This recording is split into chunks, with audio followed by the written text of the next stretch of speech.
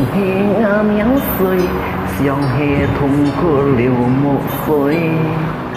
sang chút đi sẽ xong tan xa thùng khu tròi xím song nhịp chỉ ăn nằm co chỉ cả cha ơi mò không to ngà cha ơi mò xiong co biong hết ngày tan xa đi co cha ơi nhom túi ngày ngày tan xa hiểu liều cái ngày cho thô mát cay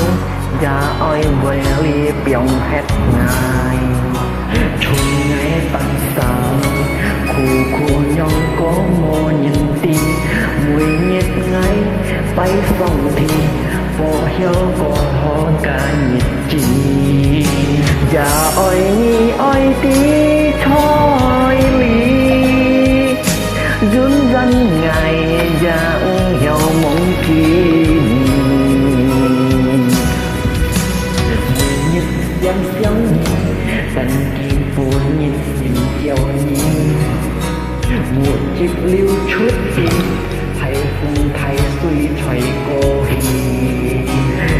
mong nhị hiểu đi xoay ngà sim lý cây đi si bỏ ya oi tôi chân li khiung ha có lẽ cây nhiệt gì ya oi nhị oi đi thôi li duyên nhân ngày hàng bây giờ tận cây hàn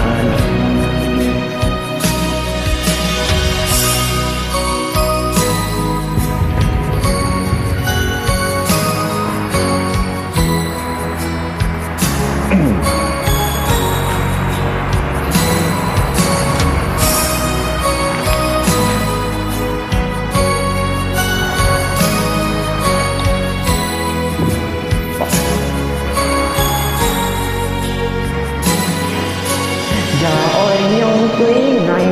ngày tan xa hiểu liều cái ngày cho mát cây dạ ơi với hiểm biong hết ngày thôi ngày tan xa đi khu khu nhau con nô nhiệt chi mùi nhiệt ngày bay sông thì